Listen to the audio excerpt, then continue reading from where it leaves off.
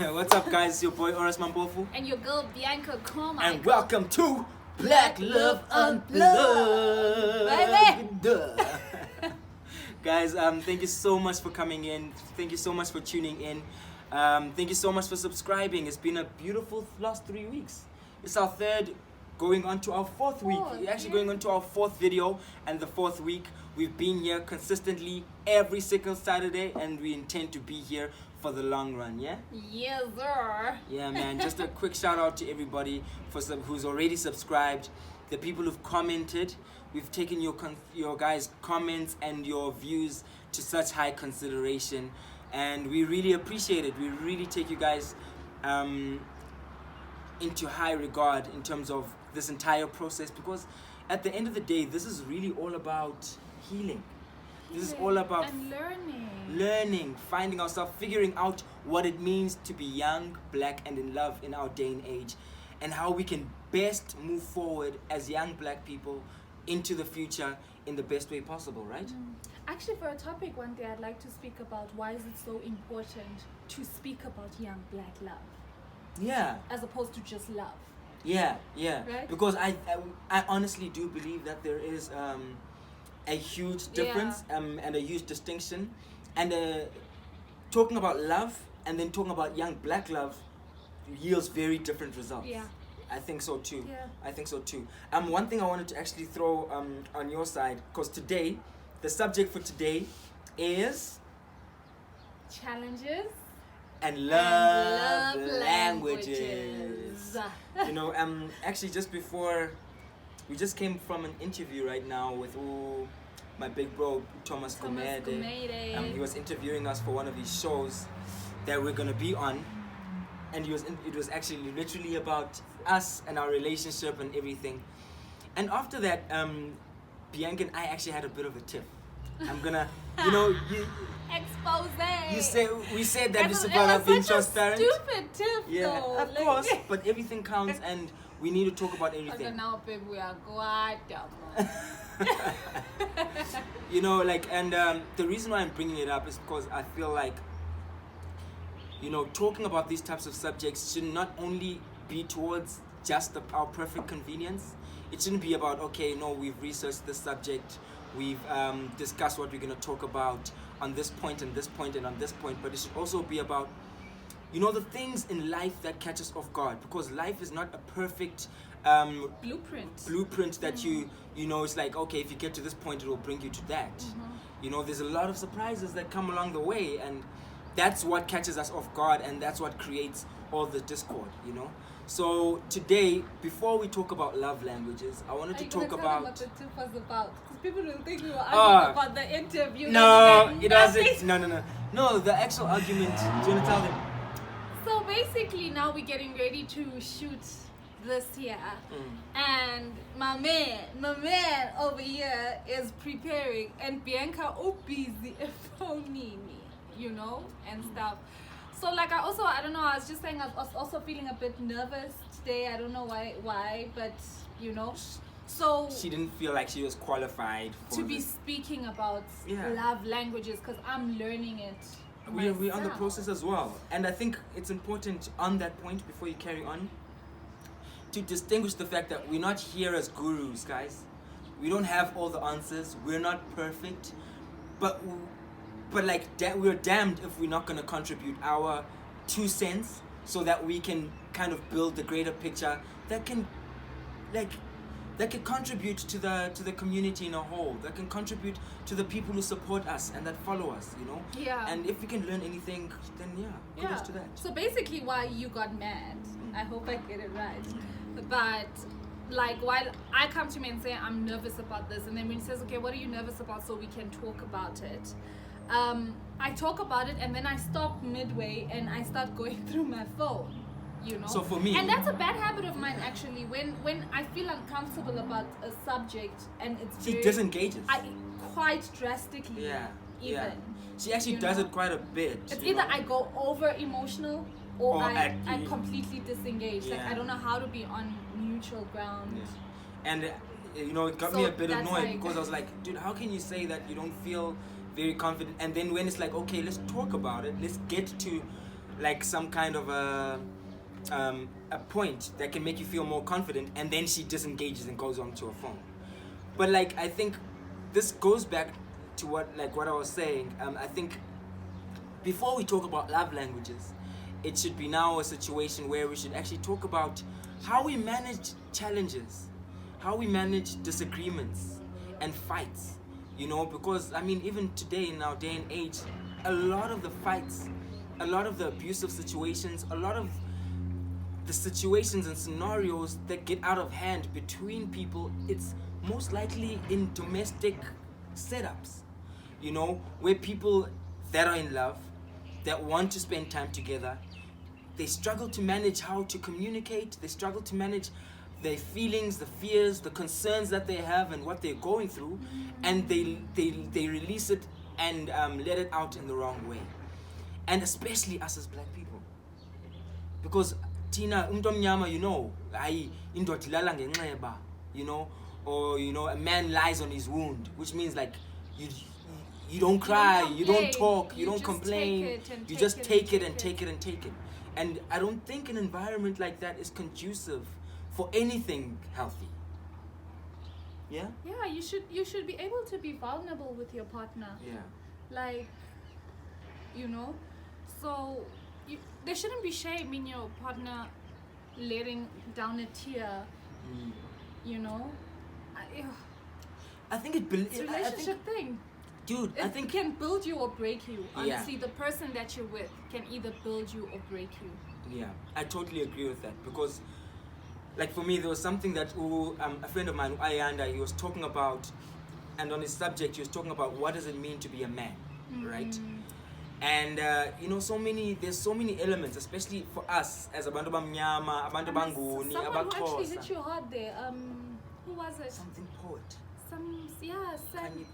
Kane the poet, or Ken the poet, because I'm on my teeth. Yeah. Nah, man, people, why didn't you take me before we I got started? you. It's out now. It was a hair. Oh. So now let's subject, man. Yay. You know, but like this person that spoke, he was like, the biggest issue around us as men is the fact that we don't communicate.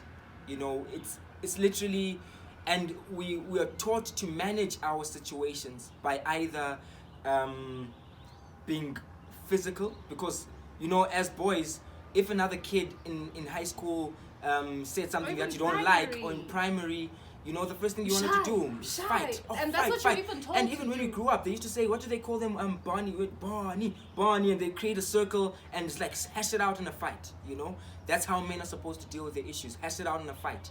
And it's gotten to a situation where, because our model of reality, not our model, the way we are socialized is to deal with our issues by either retreating and not communicating, or fighting and resolving. If you feel humiliated, fight with this boy. If you know the term, okay, let's take this outside. That's what we're taught, you know. And as a result of that, once we get into a relationship with a counterpart and a partner, and we are in a distressed situation, the man now, instead of solving the situation or getting to a consensus or admitting defeat in the discussion, out of distress, they solve it in the way that they know, the way that they've been conditioned, you know. So we also have false programming. We've been programmed in the wrong way, and that hasn't been fixed. You know, we need to fix it. Stop it. We can't be fighting to deal with our issues. You know, as even with men, you know, dialogue, create dialogue, get to a consensus. If you feel like you're wrong, accept that you're wrong. Get it off your ego that, no, a man has to always be right. You know, sometimes you have to be wrong, and you have to accept that. While you were busy talking, and you know, you're talking about this is like men know how to solve certain issues in a certain way, and that's because it's something that has been instilled in them. Program. So I think my question was, okay, that's good and well, you know, fine. But what do I do if I am in a relationship with someone who has been programmed like that? How do I, as their partner, break that cycle? without harming myself. Exactly. Do you want to come up with it? Do you want to give the answer to that, or should I give you my take? I mean, I wouldn't know. I would say walk away. You know, I feel like Really? I feel like if it gets to a situation where it is getting dangerous, if someone is struggling to manage themselves, have clear communications, but set your boundaries very clear on the onset. Don't make it vague. This is what I stand for. This is what I take. If you cross this line, we're done. You know? And then it gets to a point where if someone crosses that line, or you communicate and that person has to learn to not cross the line that you set. But the moment this person crosses that line, rather a safety yako than that person should rather go through a process of fixing themselves while they're single. Do you get what I'm saying? Then for you to be trying to fix someone in detriment of your own safety. Yeah. I completely agree with you, and it's so sad that. Yeah. Okay. Yeah. No. I was gonna say, guys, just so while we're on this, guys, please subscribe, guys. Thank you so much for we were advised that we should keep telling people to keep subscribing, keep following, and we also need your comments around these views because we don't have the whole answer, and this is a one-sided dialogue right now because it's me and my love here that are talking to you. But we want to get to feel like there's many views around this, and we want to feel where the wave of truth is based on your guys' opinions. So tell us if you, or else what you're saying is bullshit, and this is the best way, or so that we know, and we don't carry on now, speaking something that is literally maybe not what we should be saying, or the dialogue that we should be putting out into society. Yeah. I forgot what I wanted to say. You talk a lot. You have a lot to say. I completely. That's another one of my problems. No, yeah. It's not a bad thing. It's just that me, I usually have a lot of things running in my head. So once I miss a gap, how many times have I said I forgot what I wanted to say? So I'm just playing, baby. So yeah, I know this is a very heavy subject, guys, but I think, moving on from there, dialogue. In order to overcome the mild challenges that you face, I think it's also important to deal with them while they're small. A lot of people, especially us as abantu bamnyama, we're all about this dima sethu. Yo, hayi abantu bazothini. Yo, how if I do this, I don't want to offend my partner, and he now looks at me different. First of all, in a relationship between people that are in love, that want to spend, their life moving into the future with each other, I think it's important for the two people to be an open slate, a clear slate. To be clear, there shouldn't be anything that is hidden, that is a secret between you, and that as an ideology amongst black people, I think should also subside. I should be able to say, I'm insecure about this. I'm afraid of this. Yeah, but when you say those insecurities, they need to fall on ears that will not manipulate you. Because sometimes you will say, I'm insecure about, let's say, I'm insecure about being cheated on. And then your partner constantly, when you're insecure, like, you're so insecure, like, that's not my insecure, and that's not the way to deal with someone's insecurity, because you're just creating a hostile environment. Yeah, I think that goes from that point. I think it takes it to the whole love languages situation. I don't know. I don't feel like we've spoken enough though about how we deal with challenges. Even us personally, the issue that I have personally is that I'm someone that, if I feel, I'm very passionate, but on the other hand, once I feel like I'm not understood, I retract. I step, and I'm like, and it's always been something to protect myself, because I do carry a lot of my emotions on my sleeve. I do have a very soft heart, so I expect someone to take the time, especially if I put effort, to empathize with me, you know. But if they don't, then I feel like then that person could stand to hurt me. Then I'd rather run. And sometimes you feel like I don't. I mean, there are those moments. I mean, no, I'm not you can asking never be. you. I'm telling you. Yeah, there are those moments, but I feel like as time has gone by, I've become proud of how we solve those things and how you come to the party in terms of fulfilling my what I'm insecure about with a sense of security. Yeah. I think also another thing I realized as well is that lately, let's say even if we have a disagreement, right? We'll disagree about something, and then I'll be like, you'll be like, and you'd walk away, whatever. And then like maybe even if 30 minutes later I'll send you a WhatsApp from the room. Are you still angry, my baby? Like, that's another thing. Sometimes it's important to step away, to not solve situations in the heat of the moment, you know. Sometimes it's not a situation of leaving it to linger for too long, but it's allowing each other to cool down, because at times just stepping away from the environment that you're in when you're having an altercation can be enough to bring the coolness to give you a new perspective. And I think that's what's helped. For me, I always wanted to solve situations now because I was passionate about it now. I was fired up about it now, you know.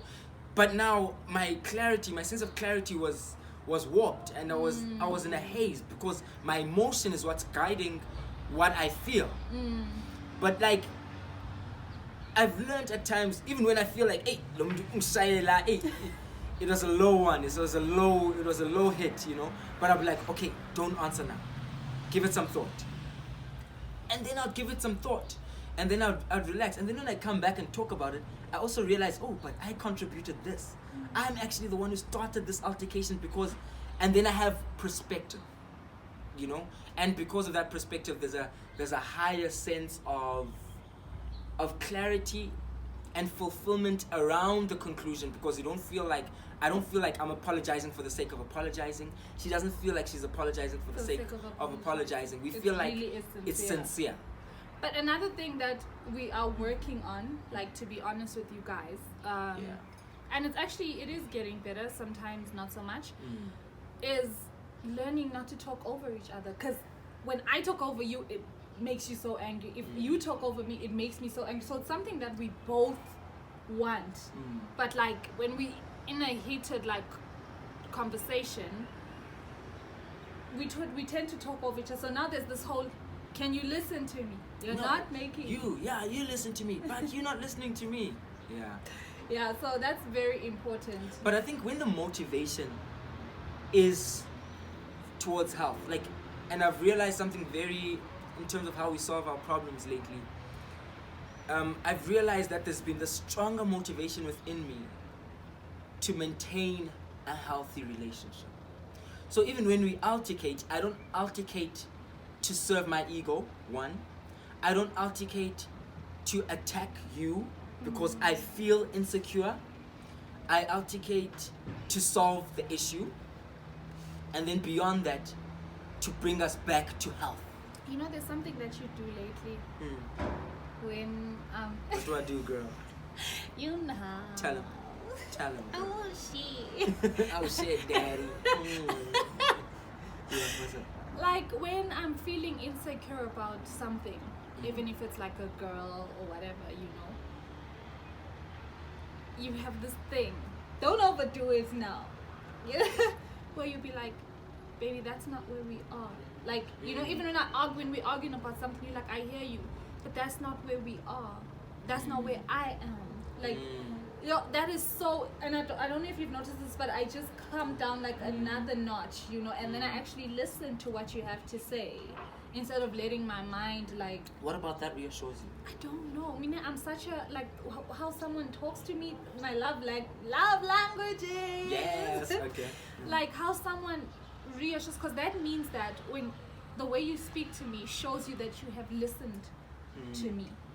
And that's the thing, and I think in the past I used to struggle with your love language. Yeah. So before we go in, to what I was going to say. Love languages are the way at which you communicate your love to your partner in a way that fulfills them. You can do something for your partner, right? But if that doesn't fulfill them, they won't feel the gratification or the validation of your love, despite your effort. So y'all could even have two different love languages. Exactly. So I could be doing something, maybe when you like me to speak to you, but I'm giving you gifts. And you say, oh, Ross, you don't love me. But I'm like, I'm giving you gifts, girl. And I like getting gifts. And I give you gifts. And I give you gifts. And you end up unhappy because you don't... It's not my love language. It's not your love language. Your love language is affirmation. Yeah, So it's important to be aware of this. And it's something that I've been also just reading up and listening into. Love languages are communicating your love to someone in a way that fulfills them. So, like... Don't make it more about I love to love you like this. It's more like how much does my partner love to be loved? And then you give them that love. With that being said, do you want to tell them the love languages or should I? Okay, so the love languages, and you can actually even Google them. Yeah. If you want to. There's even a quiz if you're not sure about like which love language what your love language is. But it's words of affirmation. Yes. It is quality time. Do you want to explain? Words of affirmation. Okay, words of affirmation could be, and I think this is one of my strongest love languages that work for me, is someone constantly giving you words of love, you know, appreciation, you know, just speaking positive into your life, you know, and stuff like, oh baby, I love you so much. You're randomly, so precious, so beautiful. You know what I'm saying? Like, so things like that. And then there's quality time, which I think that's yours. Yeah. Whereby you just get to spend time with that person. Like, you don't have to be doing anything. Like, you find so much fulfillment in us just coming to sit on the balcony. And even if we don't talk, we'll listen to music and we'll just watch the sunset and we're having like a glass of, or even a cup of coffee, you know? And for you, like, you'll just be like, oh, that was the best thing. Or even a walk. You know, that is, am I right to say? That's true. And then there is services. I think something to do with services. Services. But it is, and a lot of co-parent, like not co-parenting, but parents will, you know. Or couples. If you're in a couple's, like, what do you do to contribute to the relationship? So it's more of a situation like if, for example, as a guy, I take out the trash, I do doing things around that the house. Not even around the house, just generally. Yeah, but like I think that the reason why I'm saying around the house is because a lot of couples, you find like the woman's like, I do everything around here when I was the whole day, So little things like, you know, babe, you cooked, can I dish up for us? You know, they soften a person up where they just like, you know, or even washing dishes or, you know, just. Or services in that I bring in some of the bacon, you know, to the house.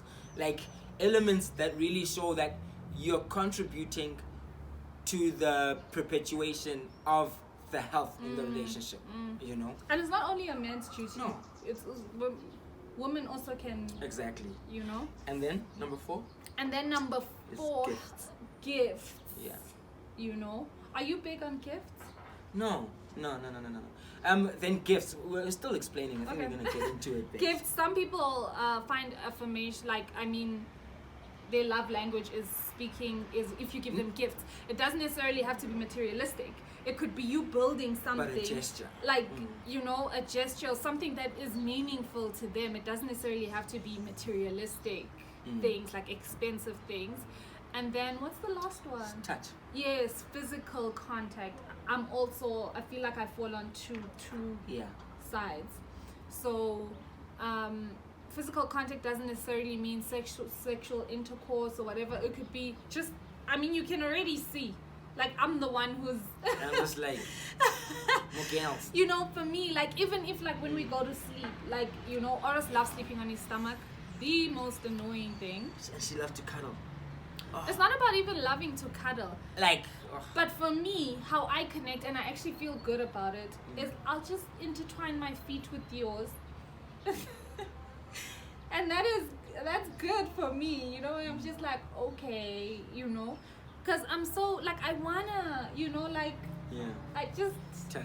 I wanna be touched by the person that I love. Like, even if it's hold my hand. Like, I don't... You hardly even hold my hand, like, when we're walking in public. Yeah. Yeah, I know. Clearly, she's a kinesthetic as well. She's also a touch person. So those are the 5 languages. Yeah, those are the 5 languages, and it's important that, you take the time. Don't assume your partner's love language.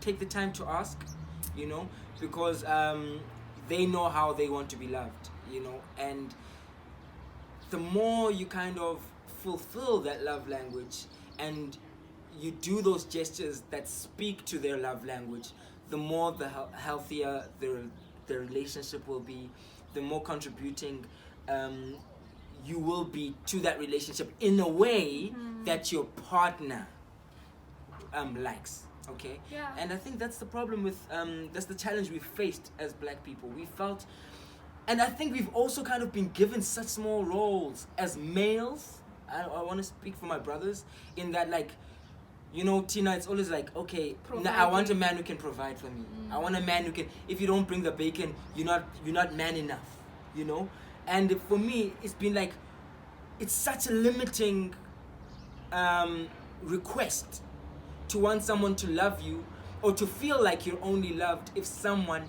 is providing a sense of security. It's like there's so many other tiers that bring fulfillment to a relationship that are literally left neglected, and it's something we've struggled with, I also honestly feel like it's based on the history that we've faced as Black people, and why I feel like it's so important for us as Black people to have that talk, as Black people. But okay, where are we? Where are we? Do we show signs of affection? Because for me, when I grew up, you couldn't be holding your partner's hand and kissing them in public or in front of umama no tata. If you do that, it's like, oh no, that's disrespectful. But on the other hand, it's like there's so many elements that speak to love languages that have to do with that. Public display of affection is a very big part of, especially for women. It's a very big part of what makes them feel loved. Y'all must know. Go lo. Yeah, Why are you denying? No, it's not even about denial. I think. I'm joking. I think you're stuttering. Guys, somebody stop me. Somebody stop her. But I feel like those are like important things. Yeah, and another thing is that speaking someone's love language it's not going to be easy, especially if it's not your love language. Yeah. That's another thing. It doesn't come easy, but it's something that you like. For instance, you love the cold. I can't stand the cold. But sometimes for you, it's important for me to go outside with you on the balcony and have a cup of coffee while we listen. I will put on my gown and my hat and I will come and sit here, and when we're going out, I'm just like, oh Tiko, I just really want to be inside, But I'll come. But after, when we're done, we go back in. Just seeing you so happy makes me happy. It becomes such a nice experience for me too. Yeah. Because I also get something out of it. So before we finish off, and guys, please comment about this. What do you feel about this? What you guys view? Are we off the charts, or are we still on it? Tell us what you. Also learning at exactly. The end of the day. And please do subscribe, guys, because we're going to be doing this type of stuff weekly. And tell us the subjects that you guys want us to be talking about. And please note that the subjects that we haven't spoken about that you guys have commented on, we have noted them down. Yeah. We are not ignoring. In actual fact, love language wasn't something we were supposed to speak about, but a lot of people were bringing it up in the comments. So we're like, okay, we're going to go with love languages. So we do take you guys views and comments into consideration. Actually, I think even more than we take ours into consideration. Yeah, so with that being said, Pete, do you want to explain your love language? Your main one for and what's your idea of being perfectly loved? So I read that you can have 2 primary love languages. But one, what's your one? I think for me, I'll go with affirmation. it's important for my love to speak love to me, even when I'm super pissed off. Like, I calm down when I find that someone is sincere, like in their love language to me, you know, and stuff. Like, so it's important for someone to speak. I'm wounded. I like, like, you know, I want someone to like. And it's funny, you used to give me a lot of hints about that, but because on my side, I like what you were saying about it being difficult to love someone in their love language. Like, I used to be like, dude, if you, why would you want affirmation if you believe in yourself and you build your own confidence? Why should somebody else give affirmation to? And it's not about. And it's not about that. A part of it is, but it's not fully about that, you know. And I had to learn to be like, okay, or else me telling my partner how beautiful she is doesn't only speak to the fact that she doesn't realize it. It speaks to the fact that I see it. You know? And I had to learn that, you know? I was always like, dude, you know you're beautiful. Why do I have to be telling you? Like, baby, do I look fat? I know, but like, why do I have to be telling you? You know? But like, even like things like, well, you're such a great mother. Like, I know I'm a great mother. But to hear it from you, it's just like, shit, you see it too. You see it too, you know? And I'm sorry I wasn't as present in the beginning. I'm sorry I wasn't as present in the beginning in that love language. But I've gotten so much better at it. And in fact, I'm kicking ass, right? You know? And thank you for stepping out. Taking names, you know? And I promise to love you more in that love language, and also in your second one, but we'll talk more when we have our own time. Yes, my second one is physical. Yeah. Physically. Don't worry, I got that one. Physical. Got that one?